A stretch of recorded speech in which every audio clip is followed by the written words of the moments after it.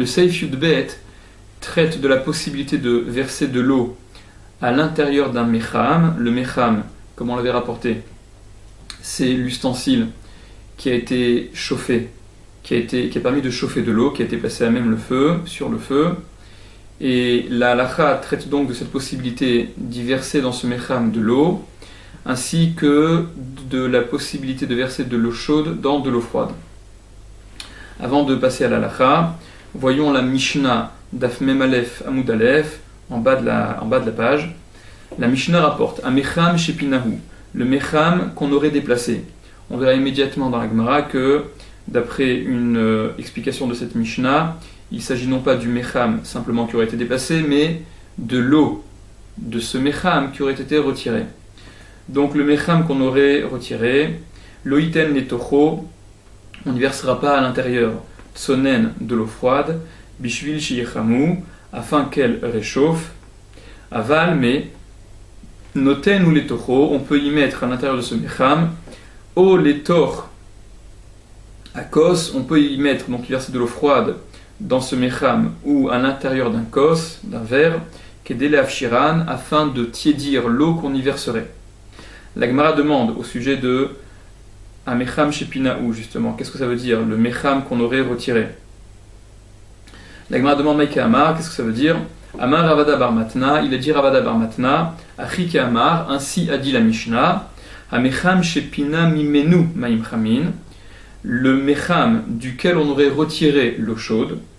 loïten et tocho maim muatim, on n'y versera pas à l'intérieur de ce mecham un petit peu d'eau froide, kedeshi yechamu, afin qu'elle réchauffe cette eau, aval, mais noten et tocho maim merubim, on peut y verser à l'intérieur une grande quantité d'eau froide, kedele afshiran, afin de la tiédir. La Gemara demande, la Gemara s'étonne, va allo metzaref. Ah, mais en faisant cela, on serait metzaref. Être metzaref, ça signifie, c'est le procédé qui consiste à durcir un objet qui aurait été sur le feu. Ça permet, en y versant de l'eau froide, après qu'il ait été au contact d'une chaleur importante, ça lui permet de se saisir, et c'est la phase finale lors de la fabrication d'un keli. Après qu'il ait été passé au feu, qu'il ait été chauffé, on l'immerge dans de l'eau froide, ou on y verse à l'intérieur de l'eau froide. C'est ce qu'on appelle le tirouf. Et la Gemara s'étonne, mais pourtant, en y versant de l'eau froide dans ce mecham, on serait metzaref, on le durcirait, ce qui correspond au gmar melacha, à la phase finale de fabrication d'un objet.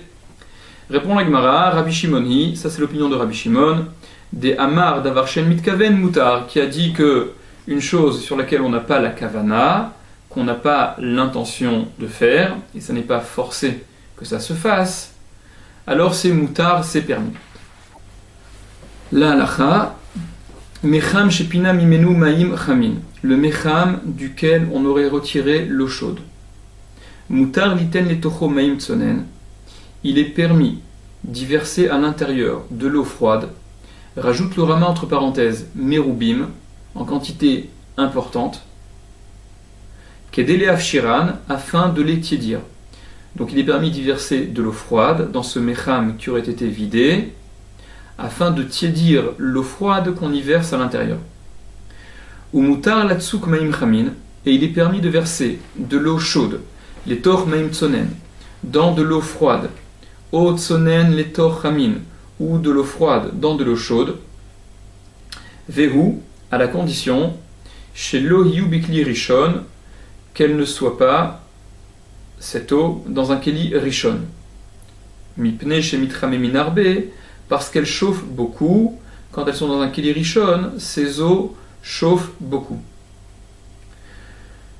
Le Rama rajoute, veim amaim merubim kolkar,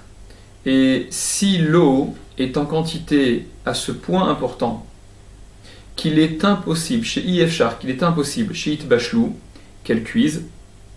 comme le Rama le dira juste après, il s'agit du cas où on verserait de l'eau froide dans un keli rishon. Ça peut également se faire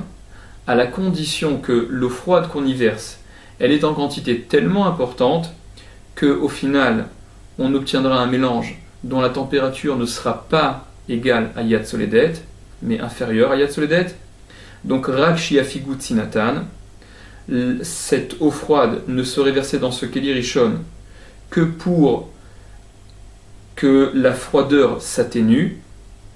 Afilou Bekeli Rishon Charé, même dans un Keli Rishon, c'est permis. Rak seulement, chez l'eau yiyé à la Esh, qu'il ne soit pas ce Keli Rishon à la Esh sur le feu. Explique le Mishnah Berurah, Seif Katan P.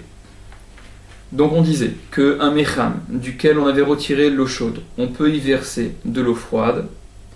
afin qu'elle tiédisse.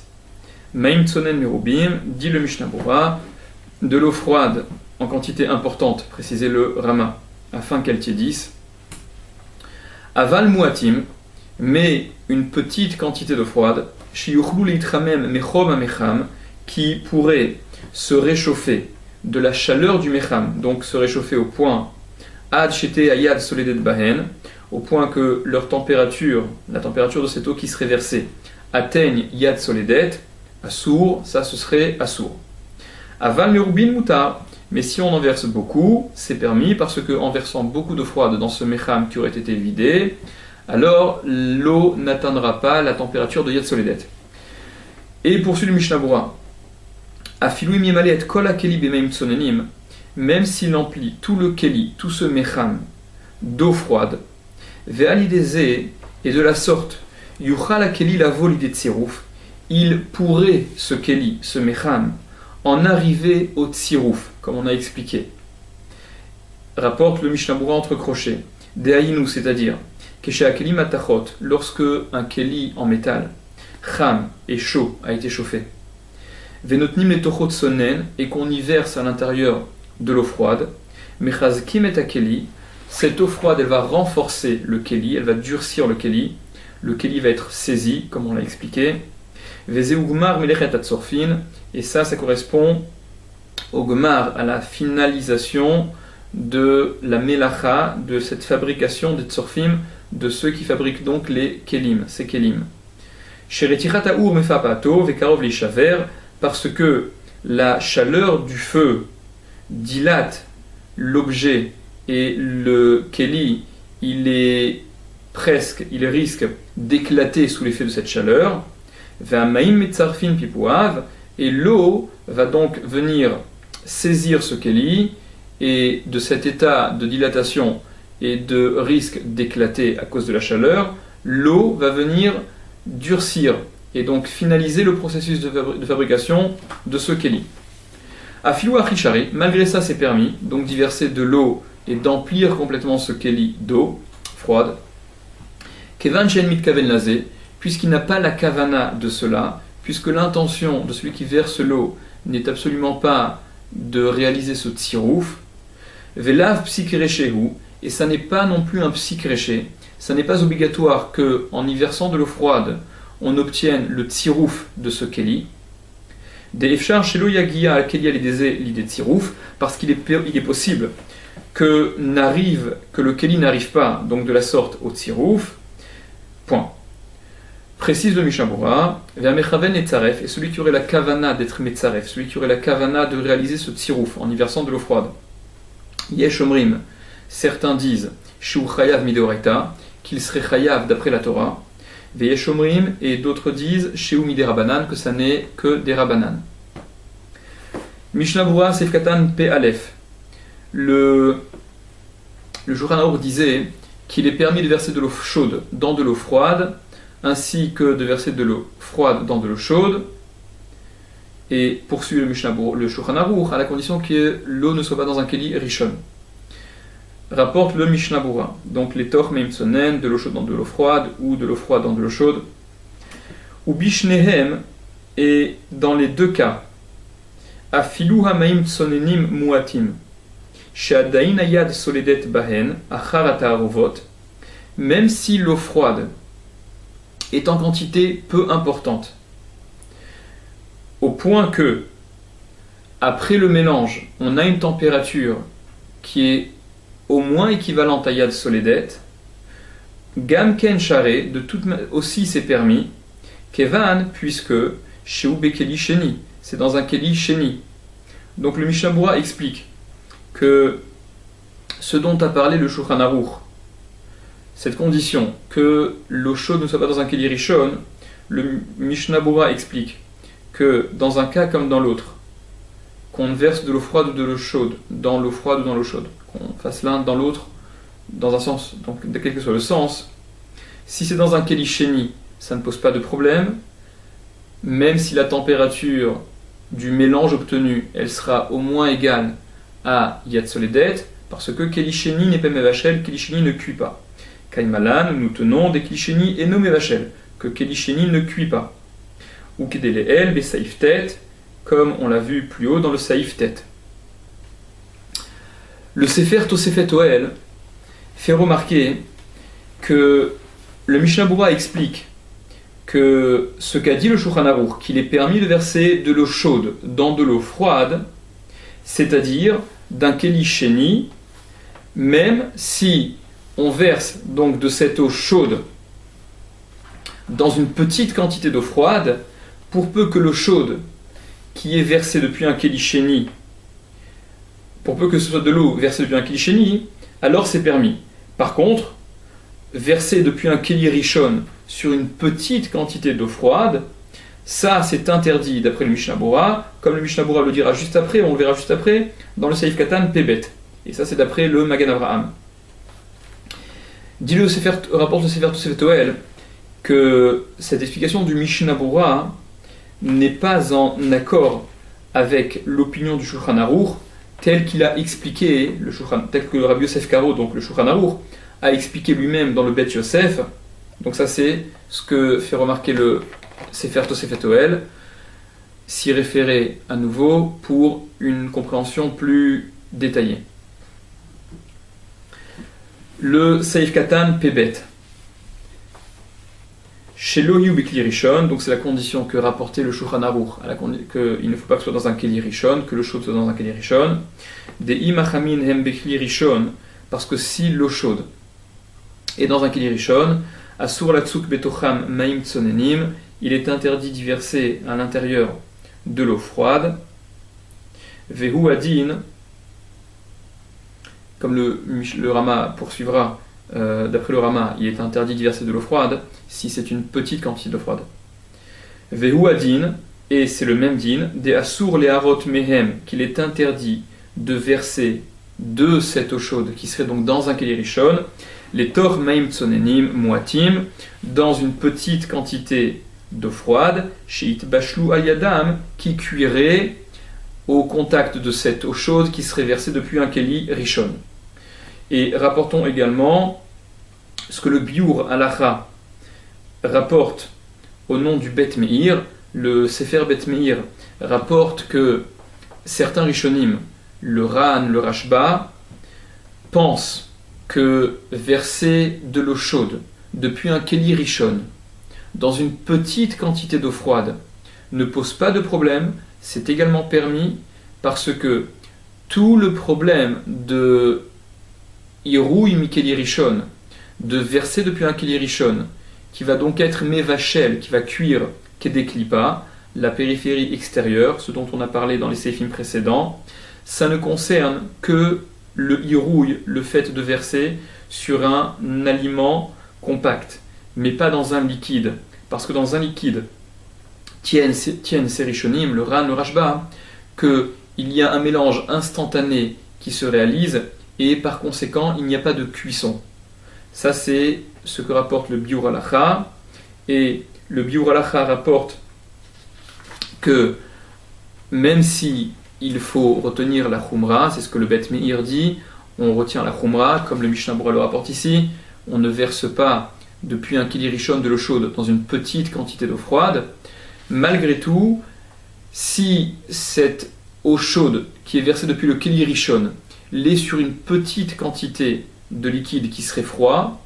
on n'empêchera pas ceux qui ont la Kula, qui ont l'habitude de permettre, à la condition que ce liquide froid, donc sur lequel on verse depuis un Keli Rishon, il ait été cuit au préalable une première fois, parce que dans un cas comme celui-là, on viendrait également additionner l'opinion que nous ne tenons pas à l'halacha, c'est vrai, mais qui existe malgré tout, à savoir En bishul achar bishul bedavarlach, qu'il n'y a pas de bishul après un premier bishul dans un liquide. Mishnah Berurah Seif Katan Pegimel. Ve'im amaim merubin, donc ça c'est sur ce que le Rama rajoutait, que si l'eau froide qui serait versée dans un keli rishon est en quantité à ce point importante qu'elle ne cuirait pas de toute manière, donc explique le Mishnah Berurah, Kae atsonen et tochamin, ça s'applique, il s'agit de l'eau froide qui serait versée dans l'eau chaude, vechen et ainsi, im chamin et tortsonen, si l'eau chaude versée dans l'eau froide, haya atsonen merubim, l'eau froide, donc dans laquelle on verserait cette eau chaude depuis qu'il est rishon, mais l'eau froide elle serait en quantité plus importante, charré, c'est permis, parce que le mélange obtenu, il sera de température inférieure à Yad Soledet. Ve'ayen bechaye adam, et regarde dans le Chaye Adam, dit le Mishnah Berurah, chez Katav qui a écrit, des betsonen nechamin, que lorsqu'on verse de l'eau froide dans de l'eau chaude, davka, donc de l'eau froide, dans un keli rishon d'eau chaude, c'est permis davka uniquement chez Shofer Bishvicha Gdola, quand on verse d'un grand jet, à Kol Bepa Amachat, tout en une seule fois, donc sans qu'il y ait interruption. Aval, mais atmeat, peu à peu, un petit peu et un petit peu après, à sourd, il est interdit de verser, on ne pourra pas verser en s'arrêtant dans le jet, il faudra que le jet soit ininterrompu. Sheharé, parce que Mevachel Techef, ça cuirait immédiatement si on n'y versait qu'une petite quantité d'eau froide dans ce keli rishon empli d'eau chaude. Ou mayoil, et donc en quoi cela serait efficace, mashemitztanen acharkar, ce que ça se refroidirait par la suite. Si au final on obtiendrait un mélange d'eau tiède, c'est vrai, mais si les phases transitoires ont permis une cuisson des petites quantités d'eau froide qui étaient versées, on n'a rien gagné. Seif katan pedalet, rak shiafigut sinatan. Donc si cette quantité d'eau froide elle est tellement importante que elle pourra donc être versée même dans un keli rishon parce que on ne ferait qu'atténuer la froideur de cette eau froide, mais elle ne cuirait pas. Va filuchamin ktsat keen poshrin share, et même si elles sont un peu chaudes ces eaux, comme si elles, c'est-à-dire au point d'être tièdes, ça aussi c'est permis, bien évidemment. Rak shelo hiye a yad soledet bahen, ce qu'il ne faut pas, c'est qu'on ait une température de yad soledet bahen. Et le Rama concluait en disant, il ne faut pas, malgré tout, que le keli rishon dans lequel on verse cette eau froide, en quantité donc importante, il ne faut pas que ce keli rishon soit sur le feu, rak shelo hiye à la esh, seulement qu'il ne soit pas sur le feu. Ve'uadin, et c'est la même chose, samour la esh, quand il est à proximité du feu, ce keli rishon, bemakom shiyachol lehit bashel, à un endroit où il pourrait cuire. Pen ishkar vianichenusham, de peur qu'on oublie et qu'on ne laisse là-bas, ou kedelkame be saif yudalet, comme on verra dans le saif yudalet, c'est-à-dire que cette permission de verser de l'eau froide dans un keli rishon d'eau chaude, donc non seulement si la quantité d'eau froide est à ce point importante qu'elle n'arrivera pas à une cuisson, mais qu'en plus, comme le Chaye Adam le demande, que ce soit en un seul et même jet, le Mishnah Berurah ajoute que il ne faut pas que ce keli rishon soit d'une part sur le feu, mais il ne faut pas non plus qu'il soit à proximité du feu, de sorte à ce que potentiellement, si on laissait l'eau qui a été versée là-bas, le mélange pourrait arriver à une température de Yad Soledet.